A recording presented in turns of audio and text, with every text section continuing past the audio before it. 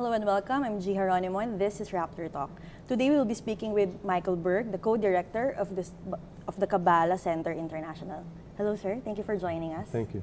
Sir, let's start with Kabbalah. For those who are just hearing about this for the first time, how would you introduce it to those people? Yes. Well, Kabbalah is an ancient spiritual wisdom, and it teaches an individual, and I think the world as a whole, how we can improve our lives. We believe that at the core of the world's great religions and spiritual traditions are truths that are at the base of what we call the wisdom of Kabbalah. And our goal at the Kabbalah Center is to really disseminate as widely as possible this wisdom to improve our individual lives, but also the collective world. Sir, when you describe Kabbalah, you also describe it as a universal wisdom that can be studied by people of any faith or those from different paths. What makes it relevant today in our society? One of the things that we see is that the world, there are two competing forces in this world, right? There are forces that are causing death and destruction, and then there are those of us and those forces in the world that are trying to build and positively transform our world. And we believe that the wisdom of Kabbalah can be a driving force to both support and assist those of us who are involved in what we call building this world and perfecting and correcting this world.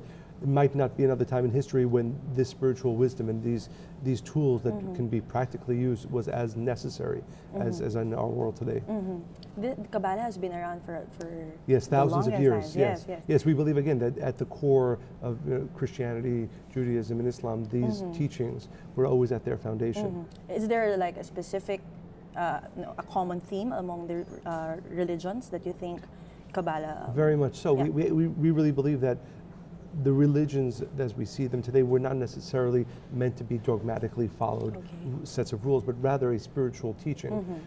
Yes, in different traditions they manifest in different ways through different practices, but at the core it was about each individual having the ability to make themselves better. That we often say that if people like to separate religion from spirituality.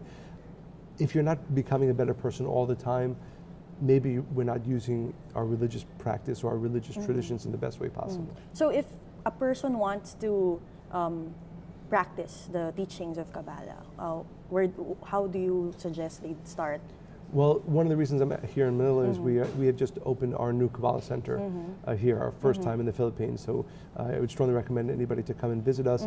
Also this evening I'm giving a lecture on the power of thoughts at the Kabbalah Center here. Right. But we also have online, we have Kabbalah.com and many tools and teachings online.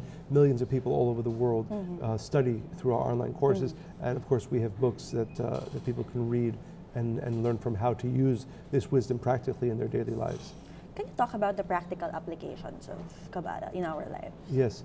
So I think the most important element of Kabbalah is the fact not simply that it's an ancient wisdom, but rather that it actually can influence and should be influencing our lives every single day.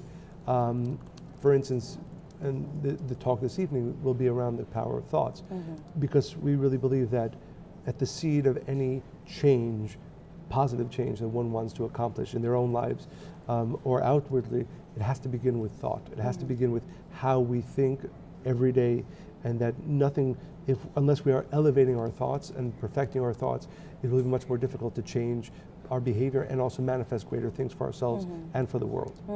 So what if the default of a person is to think negatively, especially if you're surrounded with so much negativity, the news replete with negative news?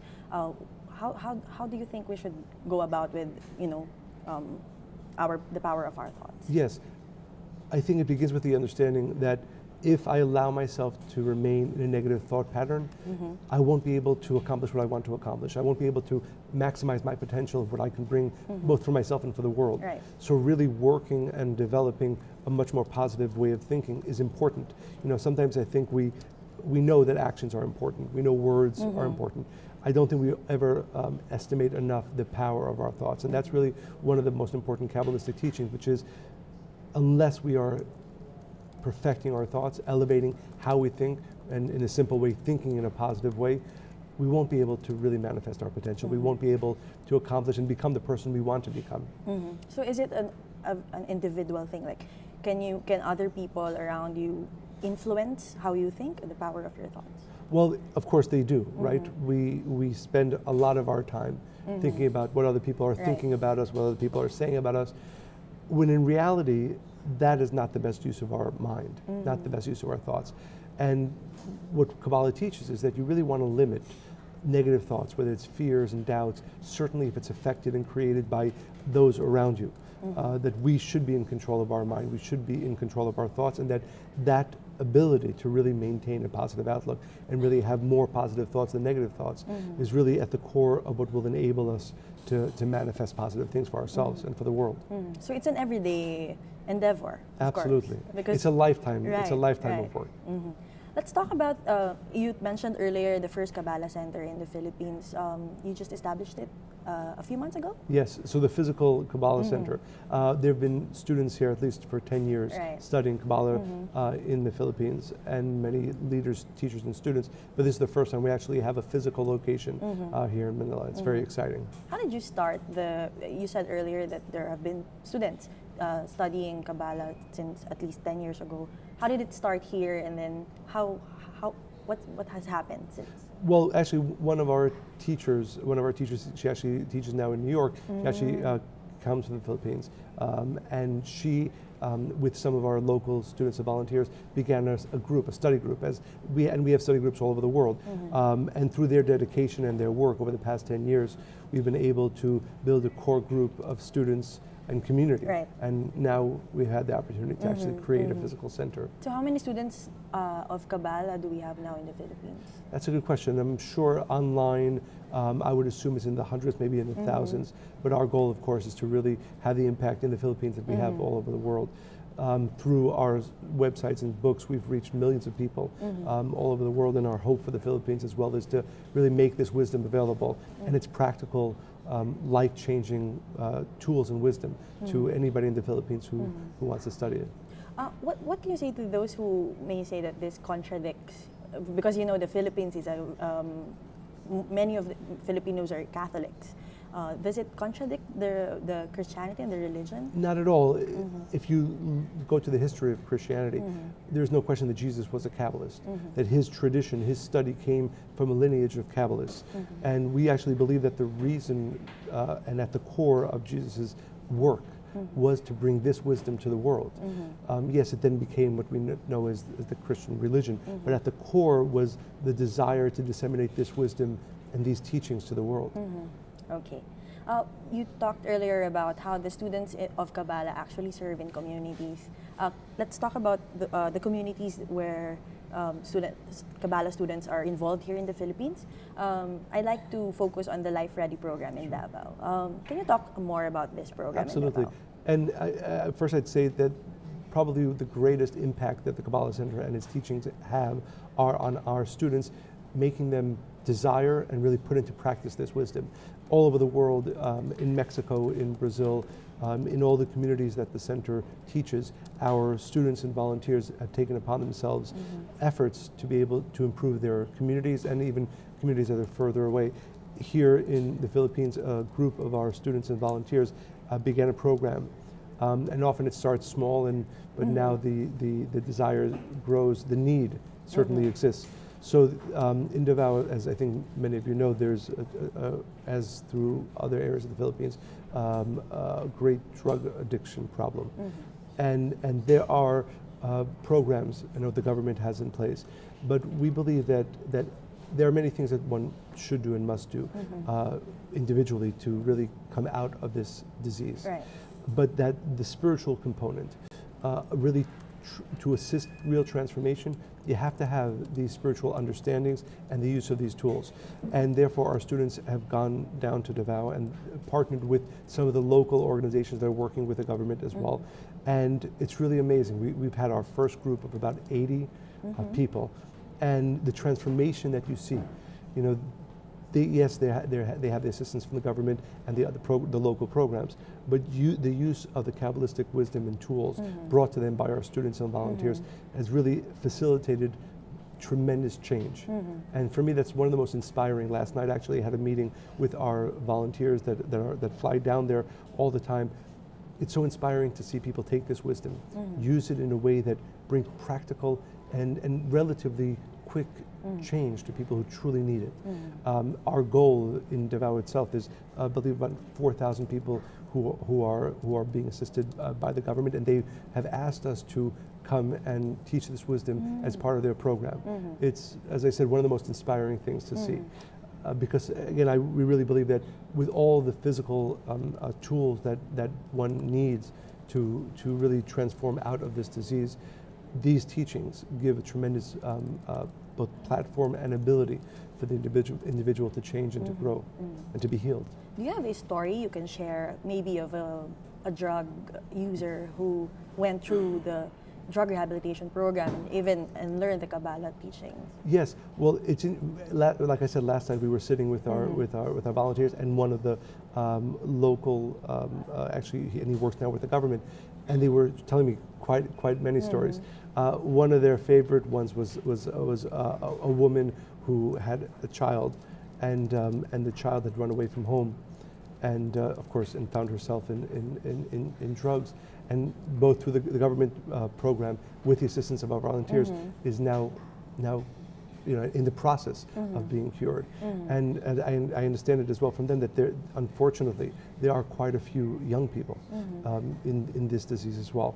So hearing these stories and watching them, and it's only the beginning, but the potential of change, because our goal is that every person who graduates out of this program not simply betters themselves, but actually commits to volunteering and helping the next group who will be studying. So how many have already finished the program? So it's about 80 right now, but there's 4,000 people who need. So we are, as we were meeting last night, our goal is to really build the foundation to be able to really service and bring this wisdom to those as well. So how many are coming back to volunteer for the? So I asked that question. So I think it's about 20, 25, which is not a small number. And our hope in the long term is that they actually become facilitators and mentors and teachers of this to their local communities. In truth, that's the only way we will be able to scale. Yes, we have our students and volunteers, many of them from Manila, who fly down to Davao, but the hope is to really build a local community-based mentors, teachers, and volunteers to be able to facilitate the next groups and the next groups. How did the partnership with the Davao City Anti-Drug Council, Abuse Council started? Yeah, so as often happens in these programs, like I said, we have a program in the prisons in Mexico where we teach thousands of prisoners these teachings as well. So it was a local group of volunteers who were there in Davao, and they met up with one of the members of the government organization. They started talking. They said, can we try to help? And one thing led to another. And as I said, now we have the first group of 80 who are going to graduate. And we really hope it's a seed for many, many more. So do you have plans to expand it to different places in the Philippines? Hopefully. This is what we were meeting about last night. But as I said, one of the things that's clear is that it really will be the grassroots effort of those who go through the program and graduate, that we can become mentors and eventually, hopefully, teachers as well. While our own students and volunteers, of course, continue their efforts, but to really be able to scale it, the hope is that it will be from the grassroots and the people going through the program who will then continue. Because one of the basic teachings of Kabbalah is that if you received something, whether it's wisdom or assistance, the only way to really hold on to what you received is by giving it to another person. By sharing. Exactly. Right.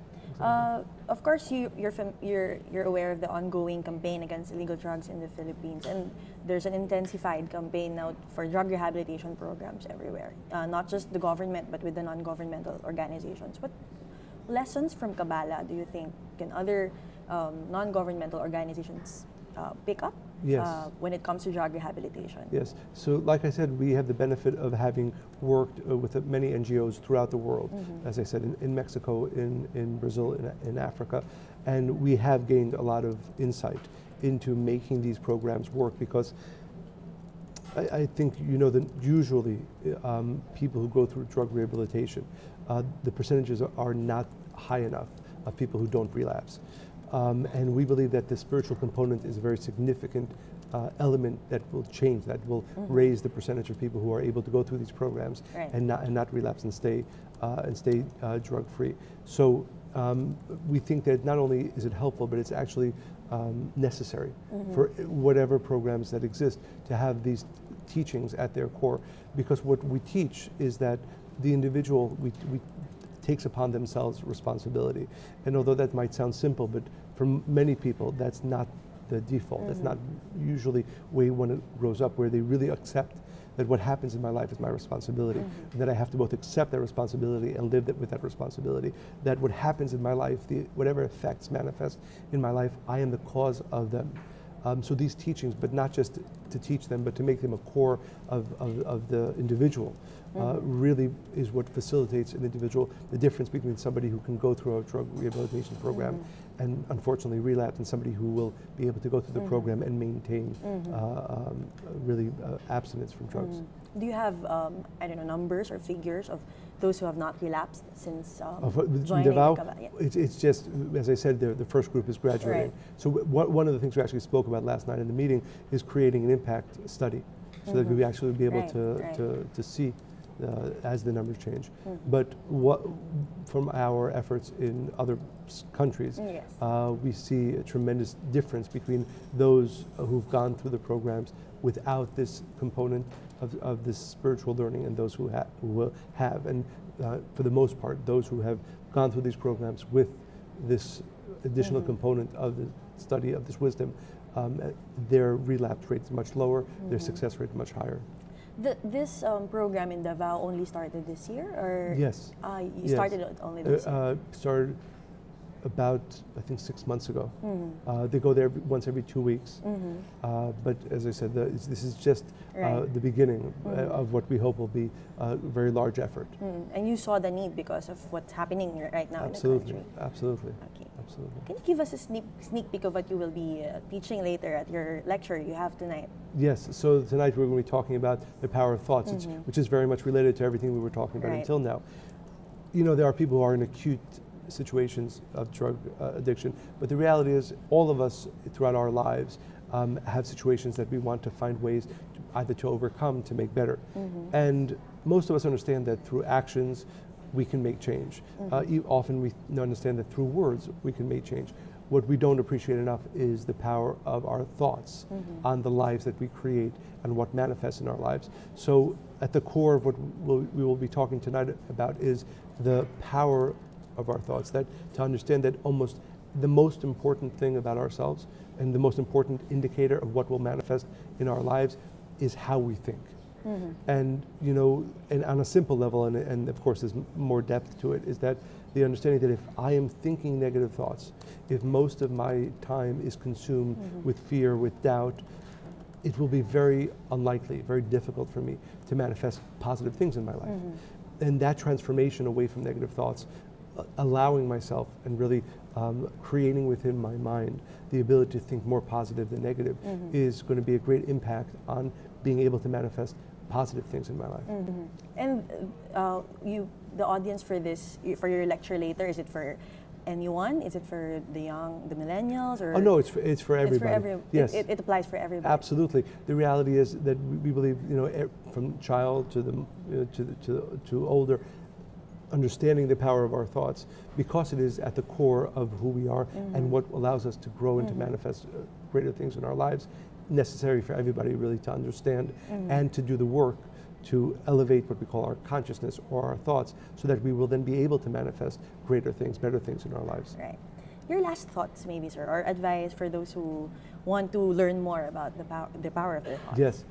I would say, it's funny, I've given this lecture in London, in New York, in Los Angeles, in Hong Kong just now, and now here. And I say, if there's only one thing that one takes away, it's the understanding that we don't appreciate the power of our thoughts enough. If we find ourselves in situations that we can't change, we find ourselves sometimes in the same cycles, go to your mind, go to your thoughts, and find the ways to change the way you think. Because our mind, or what we call our consciousness, is the greatest cause of what then manifests in our lives. Sir, maybe you can invite our audience to your lecture? Yeah, absolutely. Tonight at the Kabbalah Center in Manila, we have the lecture, and I would be very excited to see all of you there. Thank you, sir, for being with us today. Thank you. We've been speaking with Michael Berg, the co-director of the Kabbalah Center International, about the power of the mind. I'm G. Geronimo. Thanks for joining us.